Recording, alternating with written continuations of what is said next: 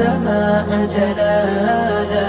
فأزيد أسراب الغيوم جمالا وألون الدنيا بأجمل بسمة وأكون للخير العميم مثالا أسمو وأجتاز السماء جلالا فأزيد Ba Abdoulaye na ngay tey naka daaw bi macha allah lan nga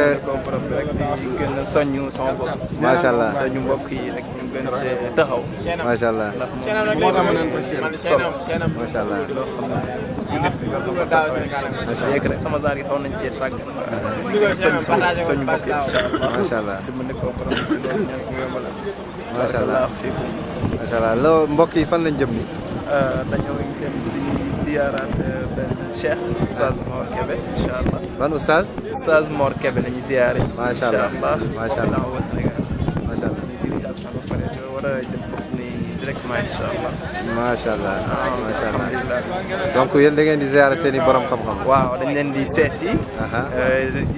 dem si ñoom donc gaaral leen liggéey bi nga xam ne ñu ngi si ñu koy jéem a taxawee liggéey boo xam ne la dañ ko war a teg ci sunna daal di si yoonu yonent bi sallallahu alayhi wasallam loolu nag dafa laaj dégg borom xam-xam yi déglu seen dénkaane macha allah déglu jënde ki nga xam ne ñoom ñu ngi koy defal macha allah ñu ngi koy wax ci mbir mi ñu mën see jëriñoo daal bañ a nekk loo xam ne dafay dem ñu tegu si loo xam ne nekk xam-xam daal macha allah ndax daa war a laaj ci xam-xam te loolu comme ñu dégg borom xam-xam yi incha allah ñaan borom xam-xam ñu ñaan borom yombalal ñu loolu noonu dafa ñu tawfiq incha allah macha allah barakallahu fiikum yàlla fay leen yëpp الغيوم جمالا وألون الدنيا بأجمل بسمة وأكون للخير العميم مثالا وأراقب الرحمن جل جلاله وتقدست أسماؤه وتعالى وأكون للوطن الحبيب مشيدا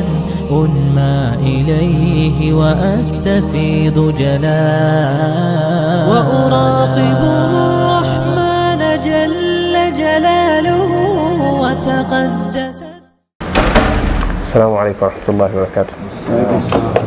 الحمد لله والصلاة والسلام على رسول الله وعلى آله وصحبه وله. ala kulli xaal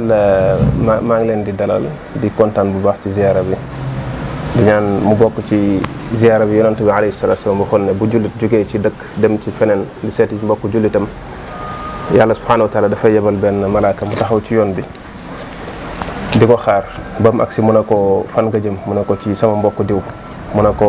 ndax da nga am àq booy jëli ji ci moom wala da nga am alal joo fa dénkaane mu la koy sàmmal mu ne ko déedéet dama fa dem rek te yàlla tax mu ne ko yàlla subhaanahu wa taala jéggal na leen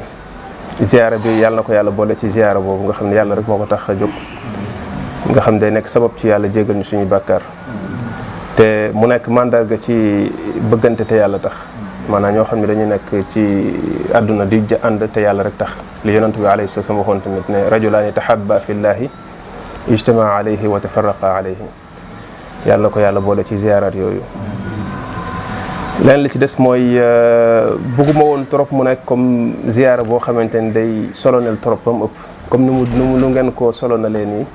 mais mu nekk ziyaara axawiyya rek ñu kii ko daal oyofal ko tuuti mais mu bañ a nekk loo xam ne xëy na da ngeen di ñëw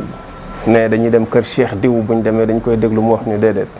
da ngeen a ñëw seen kër mbokku jullit ngeen ñëw rek kenn ci yéen pas benn cheikh comme bu ngeen demoon ci xëy na mag ñi man bokkaguma ci ñooñu seen morom la wala seen xarit la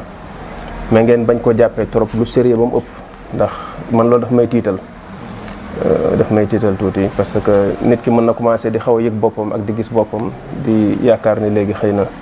dafa am benn dayoo bu mu am ci wàllu diine wala ci daawa wala yu demee noonu te loolu yëpp dara amu ci moo tax ala kulli xaal def ko moo oyof dina ci baax balaa ngay fitnaal nit ki ndax Abdullah bin Mas'ud mës na jóg benn bis di dox ay nit jóg rek topp ci ginnaawam mu ne leen alakum xaaja ndax da ngeen am aajo bu ngeen di lijjanti ñu taxaw ne teg mu ne leen insarifu fa innahu dullatun lil taabi' wa fitnatun lil matbu' mu ne leen dem leen ngeen doxi seeni soxla ndax ni ngeen may def nii da leen di ñàkkal solo yéen waaye man mi tamit fitna la ci man. fitna la ci moom loolu wax ju xóot la ndax nit da ngay ragal ci sa bopp ndax boo jógee mbooloo mu toll noonu topp la day daal di commencé di la jox benn solo bi ngay commencé di am yëg-yëg yooyu yëg ci sa xol te loolu li yàqal doomu aadama loolu bokk na ci gën a mën a yàqal nit loolu bokk na ci. moo tax ala kulli xaal comme ziyaara bu mel nii xëy na lu rafet la lu baax la mais responsabilité ñett wala ñeent wala juróom def ko witr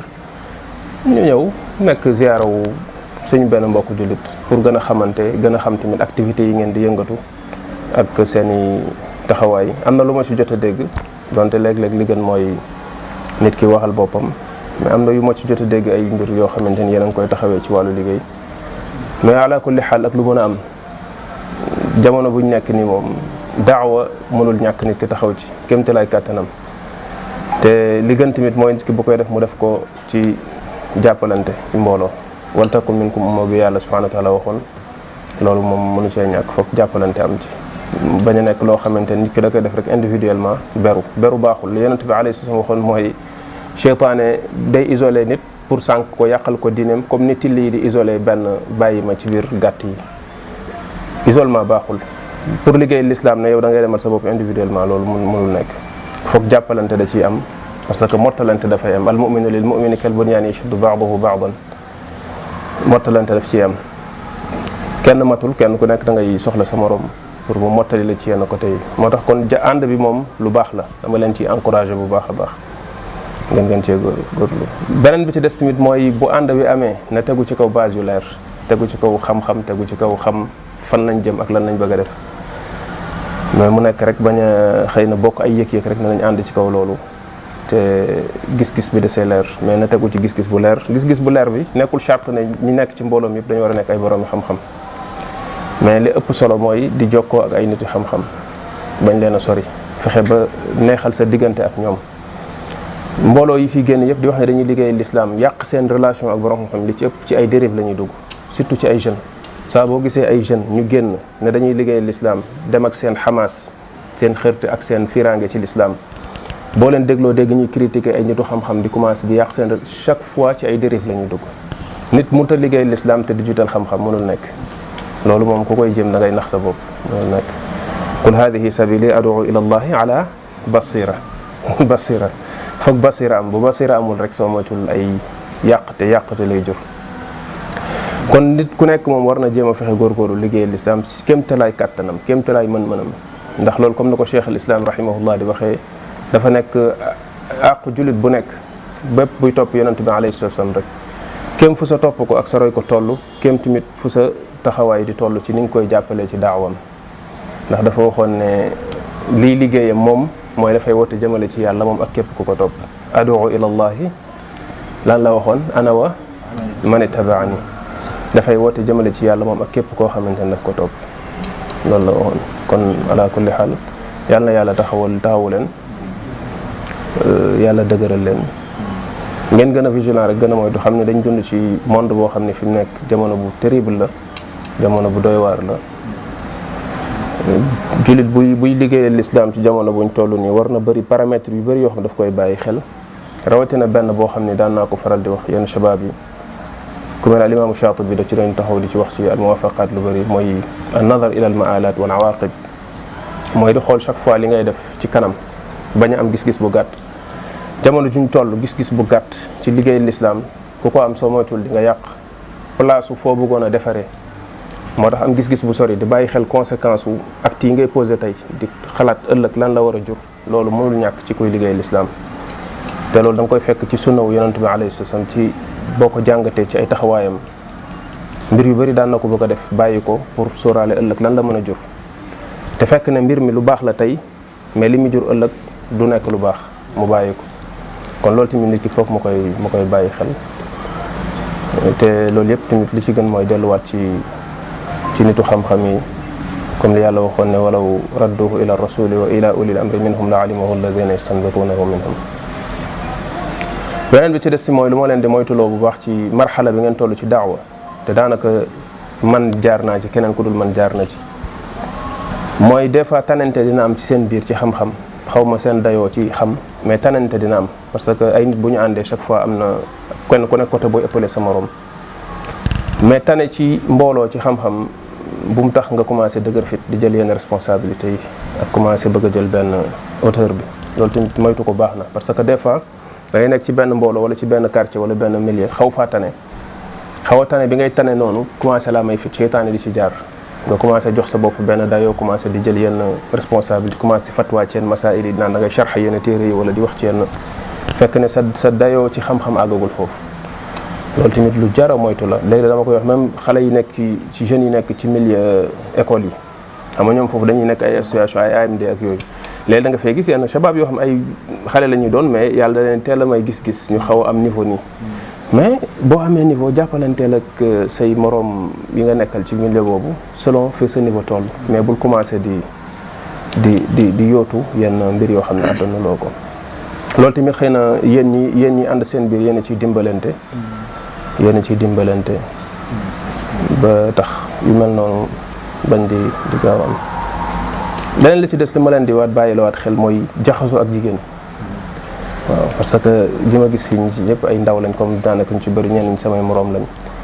mooy bokkaat na ci seytaane buntu yi muy yàqalee jeune buy jóg di yëngatu ci wàllu daawa ci lislaam mooy fitnawu jigéen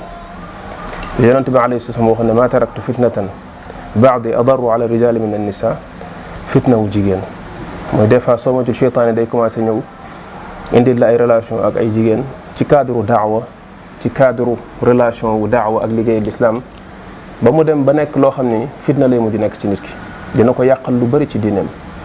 te fitna wu jigéen bu la xasee jàpp yàq na sa diine day yàq say jikko yàq say diine baaxul fitna bu doy waar la moo tax tamit moytu ko bu baax a baax ci kuréel yi ak ànd bi ngeen di ànd lu am solo la fexe ba bu ngeen mënta ñàkk a jaxasoo ak ñoom ay jigéen ñoom dañuy bokk ci mbooloo mi jaxasoo bi na nekk lu tegu ci base yu leer ba pare ñu teel a fexe def séparation diggante góor ñi ak jigéen ñi moytandiku bañ di fexe jaxasoo di ci am yonent bi alayhi salaam ku daan bàyyi xel loolu bu baax la ba ci jàkka ji nu mu daan organiser nekkinu nit ñi ci jàkka ji kenn ci soxnaam dafa doon wax ne bu musaan julli ba pare bu sëlmalee dafay toog lu yàgg balaa muy jóg ñu ne toogaay boobu mu doon toog ñoom li ñu gisoon ne moo ko taxoon di toog mooy dafa doon xaar pour jigéen ñi génn jàkka ji avant muy jóg parce que day bañ jóg rek góor ñu jóg jigéen ñi jóg ñu jaxasoo moo tax Naafi' mës na génn ci benn bunt dajeek Abdullah ibn Umar Abdullah ne ko bunt bii bul fi génneeti mës naa fi génn dajeek yonente bi alayhi salaam mu ne ma habban law tarakna hadha al bab lin nisa nee na mu dajeek yonente bi alayhi salaam ne ko doon na ma neex loolu bu ñu bàyyi woon bunt bi ak jigéen ñi maanaam jàkka mu organiser ko ba jigéen ñi sax da leen beral bunt pour rek daw fitna donte jaamu yàlla lañ fay def moo tax ginnaaw bi soxna yi commencé di bëri tànk ci jàkka ji di am ay doxalin yoo xam ni muccul ayib ci la Aïcha wax jooju moo waxoon ndax yonente bi alayhi salaam li mu waxoon laa tamna'u ima allahi masajid allah wa buyutuhunna xayrun lahun bu leen tere jigéen ñi buñ leen tàggoo pour dem julli ji ci jàkka yi waaye ñu toog seen kër yi moo gën ci ñoom Aïcha mu ne radiyallahu anha bu yonente bi alayhi salatu wasalam gisoon di jigéen ñi def ci ginnaawam kon soo moytul doonu leen woon jox ndigal sax ñu ñëw ci jàkka ji noonu la ko Aïcha radiyallahu anha waxe ndax càggante dafa gaaw mën a am ci seen mbir yàlla na yàlla taxawu leen yàlla na yàlla barkeel seen liggéey yàlla musal leen ci cheytaane xayaakum allah wa baraka fikum ala kullin man lenn laa leen di yëkk wax ci sama manhaj man personnellement loo xam ne xëy na loolu la sama ku nekk booy wax da ngay wax sa digganteeg sa borom ak yow li la concerné mooy awma trop tendance su jëm ci ay li ñu tuddee amal xaraki muy wàllu ay mouvement ak ay association yooyu trop parce que association yu bëri na des fois méthode yi ñuy wute mais association yu bëri na mën ngeen ko def mu nekk benn kuréel mbooloo bu ndaw boo xam ni fi'lan ni ma gisee xam naa ñu bëri fii nii xam naa leen xam naa ci yan zone ngeen gën a jóge ci biir nii ci banlieue bi papa ci périphérique bi sax laay wax ci biir ci quartier yi fii ci biir yenn quartier populaire yi foofu quartier yooyu noonu liggéey bu rëy la soxla ci pas rek ñi nga xamante ne ñoo duggagul ci sunna mais jeunes yi nga xam ñoo ko fa nekk di góorgóorlu ci sunna parce que man benn tey laa nekkoon bi ma fa nekkee ni fii feesee ni sama nekk noonu la daan feesee te boobu xale la sama njàng xam-xam sax soreegul woon mais parce que amoon na benn vide bu amoon foofu ci ne jeunes yi fa nekkoon di góorgóorlu sunna soxla woon nañ ko leen doon jàppale ci jàng ci xam seen diine te amuñu ko woon mooy li ma doon junj sànq fii bañ naroon ma fa samp borom xam-xam bu ma yàlla roccewul woon rawale ma soo moytul voilà kon heure bi yaa ngi ci yeneen parce que dañuy commencé boo fa tanee ñu commencé ñëw di la fréquenter ñi nga mën a jàngal nga jàngal leen waaye léeg-léeg soo moytul sollicitation bi mën na dem ba yóbbu la ci yeneen parce que ci jamono yooyu rek ñi ngi may commencé def sollicité ci imaamatu masjid ci koo xamante ni daanaka sa njàng dëgërawul boo duggee ci yooyu daal di ci laxasu jeex na léegi da ngay jàppee sa bopp cheikh fekk ne sa formation matagul te formation bu matagul li ñu tuddee nisful alim nisful faqih moo gën a garaw fii mooy li ñu tuddee demi intellectuel baaxul parce que maîtrise bi nga war a am ci xam-xam doo ko am te sa coow day bëri ba tax na kon milieu la yoo xamante ni pour man ku fa mën a am li ngeen def nii dajale fa ay jeunes ci kuréel gu mu mën a doon pour gën leen a non seulement boole seen i doole pour ñu yëngatu ci daawa mais gën leen a encadré pour ñu tegu ci yoon loolu liggéey bu rëy la nekkul sax lu yomb nag waaw nekkul sax lu yomb xëy na yéen li ngeen fa dëkk ci quartier yooyu ba pare am volonté bi moo tax yàlla defal leen ci tawfiq nii mais ku jugoon tey bëggoon dem lijjanti ji ko ne da koy organiser lu daanaka xawul mën a nekk te boo xoolee jeunes yi nekk ci quartier yi li ci ëpp ñu ci bëri si ñoom duñu fréquenter yeneen milieux yi nga xam daf leen xaw a sori par exemple boo demee tey Falaax wala nga dem ay Ibn Mubarak wala nga dem ci place yi jeunes yi nga fay gën a gis mooy ñuy jógee ci ay côté jàmm gën ay banlieue bi côté yooyu mais ay Grand Dakar benn tali jëm Gueule Tapée Médina côté yooyu lu ci bëri doo leen fa gis duñ fa dem bëriwuñ fa tànk léegi loolu nag dafa nekk loo xam ni xëy na yenn machaayix yi fi ñoom duñ ci sensible parce que xamuñu trop réalité wu quartier yooyu te man xëy na comme yaroo naa fa am na lu ma ci xam moo tax bu fa amee benn genre mbooloo bu mel nii bu fa mën a am boo xam dina mën a rassembler jeunes yi kenn ku nekk gis ci sa bopp ba pare ñuy jokkoo ak ay nitu xam-xam ñu leen di encadrer man gis naa loolu chance bu rëy la voilà chance bu rëy la mais bu doon ko def mukk ay affaire mouvement comme mouvement yi fi nekk nii mais bon def leen ko mbooloo bu yem daal ku ci bëgg a bokk ci mu bañ a trop bëri ay complication ay lii la ñuy def complication yooyu ñuy faral di gis ci mouvement yi lu ne nga tudd ko presque des fois sax ça se répète parce que ñu wax fii at taawun al birri wa taqwa ak taallum ak taalim benn la voilà day mujj daanaka explication lay doon yoo xamante ni ak ay léeg-léeg objectif yu ngand yoo xam ni presque du ay wax ju rafet la rek mais daanaka sax nit ki du ko def du ko réaliser nañu xool méthodologie bu ñuy daawa xool leen lu ñu mën a apporter comme benn plus ci saaxa bi ci terrain bi comme xëy na am ngeen mobilité comme mobilité bi ngeen wax muy côté mobilité bi OF googu yàlla defal na leen ko ngeen mën di dem ci ay place di fa installé wu di am ay activités yu ngeen fay def nañ ngeen ne ñu ngi ne ñun nañ focaliser wu fii parce que gis nañ ni fii yeneen association yi fi nekk ak yeneen mouvement yi fi nekk mënewuñu foofu trop ñun xëy na jekku nañ ko parce que ay ndaw lañ ñoo gën a oyof léegi kon ñun nañ gën a consacré wu foofu voilà bu boobaa nag ngeen soog a nag léegi def seen benn planning xool seen i activité comme li ngeen wax ci moo xam ay muhaadaraat la wala ay téere yu ngeen di distribuer wala sax des fois pourquoi pas côté social bi dem ut ay tàndarma wala dara dem taxaw fenn jox ko ay nit lu mel ne ci weeru koor gi par exemple loolu laa ci xalaat daal wallahu alam xam naa dinañ defaat suura li ma boo ñu mënee orienté ci téere boo xam ne mën nañ ko jël boo xam ne ñu dimbali ci wàllu gëstu bu ñu demee ñu toog suura ci xool ñu def fi ñu toll nii daal ci yooyu la ñuy dox ak woo tamit chrétiens yi kooku tamit dañ koy def bu baax ci yàlla dafa dogal nag man maa ci xaw a yëngatu comme ni ma la expliqué woon dama gis ni dañ ko aajowoo daal parce que ñoom dañu nekk surtout suñu côté bi dañ ko fës yàggul dara kii dé semaine passée daf ma woo rek ñu nekk ci biir marché Castor bi ñëw yor seen ay baaf nekk ay presque 30 personnes ama 40 yu daaw nit ñi bi ma mbokk yi wooyee bi ñu fa demee après yàlla dogal ñu génn marché bi dama gis ni baax na moom benn luy contrer seen liggéey boobu loo xam ni bon dina leen ragal loo tuuti quoi mais bu ñu julli ñu toog leen seetaan rek dañuy gën a léegi fu ne nga leen di gis ñu yor seen ay baaxul di way di woote pour man loolu war nañ ko utal programme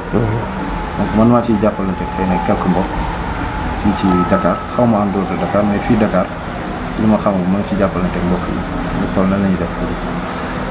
te mi ngi am ay résultats alhamdulilah te du loolu mooy jubluwaay bi mais mi ngi am ay résultats donc pour le moment ci yooyu la ñuy yëngu quoi. bu dee point bu mujj boobu. point bu mujj boobu ñu fi fa dugg fan yi di fi yëngu mooy évangéliste yi. waaw évangéliste yi ñoo fi dugg. mooy l'église évangéliste te ñooñu duñu ay catholique. église catholique bu ancienne bi ñoom amuñu woon méthode boobu noonu. voilà ñii ñoo fi nekk di def ay séances de prière. ak di woote woo ay miracle di fi indi ay pasteur. voilà ñuy jullit yi di fa dem ñu naan dañuy def ay miracle dañ leen di faj. ñoom ñooy organiser loolu. seen église boobu presque boo xoolee au fond duñu ay vrai catholique sax. parce que ñooñu seen li ñuy def noonu ci liñ ko gën a fondé ñu ngi ko fondé ci benn science bu ñu tuddee gnose ci lañ ko fondé. science boobu noonu benn science ésotérique la. boo xamante ni depuis buñ ko développé ak léegi lu yàgg la. ésotérisme boobu mysticisme boobu am na ci l'islam sax ci benn côté. mais ci ñoom la gën a cosaanoo. branche boobu noonu moom moo continuer ba léegi ñu seen yooyu ñu def noonu pratique yooyu ñu def noonu yëpp ci mën nga wax ne wàllu magie sorcellerie affaire mysticisme ci yooyu lañ ko teg. mais loolu la ñuy woote ñoom ay miracle la ñuy wax au nom de Jésus. chaque fois loolu la ñuy wax au nom de Jésus keroog ay nit dañ ma fi woo jullit yoo xam dañuy wax ne dañ fay dem ñu faj la ci lu gaaw 2 fan 3 fan. voilà léegi ñu bëri loolu lañ leen di naxee. ba tax na jóg sensibiliser nit ñi ci loolu. surtout jullit ñi yee leen ci loolu pour ñu bañ a dem foofu lu baax la avant sax yow ngay leen di woo ñoom mais jullit ñi bañ a dem ci ñoom loolu bu leen dugg ci dem di confronter ak ñoom def confrontation comme foo leen gis rek ñu yor seen rajo yéen tamit ngeen dem foofu dem sur les lieux parce que bu yàggee mën na indi ay problème mais yéen def leen seen i activité selon yéen ni ngeen ko xalaatee jékki-jékki leen ngeen ciblé benn secteur xëy na ñoom gisoon ngeen leen fa ñu fay faral di dem wala am na lu ngeen fa dégg ngeen ciblé ko préparé ko bu baax préparé terrain bi dem installé wu fa benn jour wax ak nit ñi loolu benn la beneen bi ci des aussi mooy di jëfandikoo nouvelle technologie yi am ngeen caméra del def ay vidéo yoo xam da nga koy préparé sourcé ko documenté ko expliqué bu baax mbir yooyu ak lan moo ci nekk ak nax yi ci nekk yëpp def ko vidéo dugal ko ci net bi jël lien yi tasaare ko benn vidéo mën nga ci toucher ay milliers de personnes alors que mën nga dem taxaw fenn di wax 2 nit 3 nit ñoo lay déglu voilà te tamit vidéo bi boo koy def da ngay toog préparer ko wax li ngay wax voilà ci xam-xam quoi loolu moom lu ngeen ci mën a gën a góorgóorlu ba léegi sax pourquoi pas tamit comme livre yi ngeen wax di tamit xool ci côté boobu yenn documents yi nga xam ne ci internet bi ci yooyu lay wax ngeen tirer ko imprimer ko après di ko distribuer mais fekk ne xool ngeen ko bu baax ba ne lu mucc ayib la daal parce que des fois tamit nga gis ñenn ñuy spécialisé wu ci loolu mais ni ñu war a xamee l'islam aussi dafay des par exemple nga gis koo xamante ne day maîtriser affaire ay bible beeg maîtriser ñoom seen i erreur di ko leeral mais moom compréhension ci l'islam day des buy wax da nga gis ay lacunes ci ni voilà day def ay njumte yu garaaw ci wàllu l'islam loolu tamit wóorul mais quand même ala kulli xaal lu may wax man mooy bu ngeen ànd ak tey jiital xam-xam lu ngeen di def nii kenn mënul lu dul encouragé ko budul dara sax waxuma la sax effort yi ngeen di def pour liggéey l'islam mais budul dara sax mais mbooloo mi rek pour récupérer jeunes yi fexe ba dajale leen ci ànd yu mel ni ñuy jàppalante di gën a dëgëralante ba ay yeneen mbir di bañ a am man gis naa ne lu jar a sant la daal liggéey bu rëy la voilà liggéey bu rëy la parce que secteur yooyu milieu yooyu noonu moom jeunes yi fa nekk bàyyi leen noonu rek wóorul daal yal na yàlla taxaw leen yal na yàlla dëgëral ànd bi ngeen gën a yaatal dënn yi rek kenn ku nekk gën a kii sa supporter sa morom xam ne ànd yombul voilà ànd yombul mais da ngay jiital chaque fois intérêt yi nga xam mooy intérêt mbooloo mi ci yow sa bopp fàtte sa bopp quoi voilà fàtte sa bopp bu ngeen ko defee rek di ngeen mën a ànd insha allah yal na yàlla dëgëral ko. léegi lan nga ñuy dénk ci masalan bëgguma tudd yenn tur yi mais ay nit yoo xam nañ lay masalan ci sababu liggéey bi souvent ay menaces la ci am ay nit dañ lay woo di la menacé di la wax ay yoppi ñaaw ñooñu naka la ñuy jëflante ñoom waaw bu ñàkk xam nañu may wax. waaw c'est que yéenay moytu agressivité yi maanaam yéen bu leen am agressivité ci seen daawa seen manhaju daawa parce que xam nga dem di exposer sa daawa ci mbedd mi soo ko defee ci benn façon bu xaw a musculé bi rek day xaw a nekk lu agressif moytu leen loolu da ngeen di fexe am méthode bu douce boo xamante ni ngeen demee exposé wu ak ni ngeen di demee jël parole fenn di wax mu bañ a ànd ak benn agressivité bi mais ànd ak ne dañoo ñëw dal posément wax ci xam-xam voilà ñëwuñu pour offenser kenn ñëwuñu pour ŋàññi kenn mais dañ ñëw pour wax ci xam-xam wax ci lan mooy l'islam ak tamit ñëw ci moytundikuloo nit ñi yenn wootekat yi ñu fi dégg yu bees yu fi ñëw yoo xam ni nit ñi xamuñu dëgg-dëgg seen réalité lan la dañuy ñëw pour sensibiliser ci nit ñi mooy comme église bi ma wax léegi nii ñooñu ñoo gën a garaaw foofu catholique yi voilà léegi wax ne par exemple nit ñi dañ leen fiy gis ñu leen di naxee ay dañuy ñaan yàlla defal ñu ay nangam fekk xamuñ ne ay njabarkat yu mag lañ ku fa dem lii ku fa dem laa ku fa dem li expliquer wax surtout bu ñu mënoon a am koo xamante ni bi dafa repenti la bu jóge ci ñoom boo xamante ni bi léeg-léeg ñu jox ko micro wala ñu def ay seede témoignage def ay seede ci moom lu mu dund ak lu mu xam ci ñoom maa ngi ci doon waxtaan ak kenn koo xam ne tuubeen la moom sax moo ñëw proposé ma loolu dama xamul ba xam dama leen di mettre en contact ak moom mu ne dafa bëgg moom dafa yàggoon ci église bi dem ba am ci yenn niveau yi dafa defoon sax daanaka seen formation wu prêtre yi la defoon mais moom bu catholique bi la léegi yàlla def mu tuub Yaxya la tudd léegi dafa bëggoon toog nettali jaar-jaaram ak fi mu jaar ak église bi ba dugg ci l'islam ma proposé ko benn mbokk boo xam ne moo ñuy filmeel mais malheureusement ba léegi mënuñu taxaw ci voilà léegi su fekkoon ku mel noonu am ngeen ko bu defee témoignage yu mel noonu ngeen jël ko mën ngeen ci liggéeyaat voilà mën ngeen ci liggéeyaat bu baax a baax mais yooyu moom bu leen ko faale loolu moom ay menaces ak ay saaga yooyu moom te yooyu li ci ëpp ci biir jullit ñi sax lay jógee ñun en général bu ñuy génn ñu am ay principe de base yu ñuy demee maanaam bu ñu génnee ci biti duñu xuloo nit bu àndee xuloo dañ koy ñaanal jàmm dem suñu yoon wallaahi su fekkee nit ko am dafa ñëw pour parce que léeg-léeg nga gis nit ko am day ñëw fekk ay bayaan ay nit ñu ñëw commencé tudd ay sëriñ nangam pour dugal la ci buntu boobu mbokk yi bu ñu dem dañ leen faral di wax ni kenn du ñu dugal ci buntu boobu ñëw ñun yàlla ak yoon ci lañu wax su la loolu doyee xëy bu la doyul ñu ñaanalante ku nekk dem seen mais ñoom dañuy gis léeg-léeg soit ñu romb la wala ñu gis vidéo wala téléphone parce que des fois suñu numéro yi dañ ko ciy def ñu wala téléphone yéenay gën nangam yéenay def nangam ak ñu mel ni moom internet bi aussi dañuy attaqué tout le temps dañuy def attaque mais duñu def benn riposte boo xam ni riposte comme ni nga am riposte musculaire boo ñëwee di wax dañ lay laaj ban problème moo am comme fan yi rek am na kenn koo xam ni envoyé na ma ay saaga te man def ma ko daal xaw ma ko sax ma laaj ko lan laa la def nga may saaga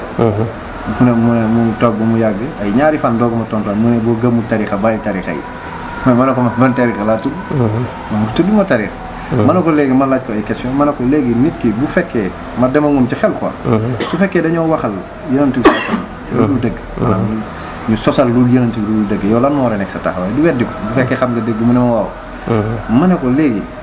su fekkee man damaa gis ci jullit ñi koo xam ne day wax parce que man sama Facebook su ma gisee nit wax lu dul noonu damay jël li mu wax daal di andi li yonent bi wax daal di koy boole dëgg yëpp wane lii mooy dëgg lii ay caaxaan la mais du ma tudd nit ki ma ne ko nag bu fekkee yow tey bu ñu taxawoon sa sëriñ wax ko loo xam du noonu da nga koy weddi ma ne ko nag yonent bi moom mooy kilifa sëriñ yi fi nekk yi normalement buñ ko sosalee yow ak man dañoo war a ànd weddi loolu mu jigi mu daal di dal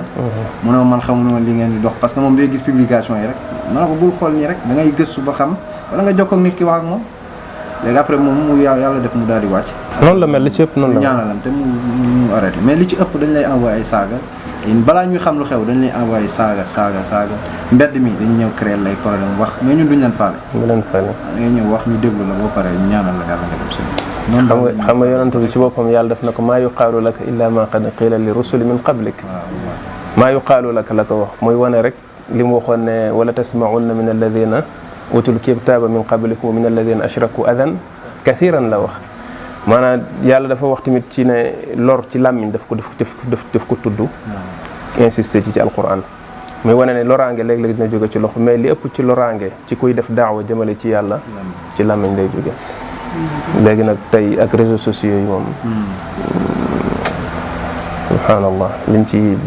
ciy dégg ak liñ ciy gis jéggi ne dayoo man sama manhaj ci loolu bu fekkee mën ngeen ci jëriñu wallahu alam mooy ignorer leen voilà bañ a wuyu bañ a déglu man du ma leen sax nangoo déglu du ma nangoo xool li ñuy wax pour man loolu bokk na ci réussite daawa ahlu sunna tey ñoom seen réaction yi ñu am parce que ay réaction de frustration la yoo xam ne li muy wane mooy seen néew doole ci kanamu daawa ahlu sunna ndax daawa ahlu sunna leer na ci xel leer ci côté xam-xam façon boo xam ni ñoom mënuñu koo néewal doole ci xam-xam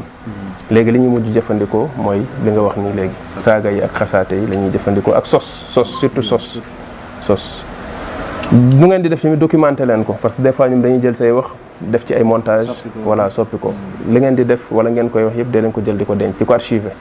pour ëllëg bu ñu leen sosalee nga mën a ko weddi waaw loolu tamit seen mbir la mais yàlla na yàlla taxawu leen yàlla na yàlla dëgëral leen gën leen a tënku ci xam-xam rek lu ci des yàlla moo koy mottali incha allah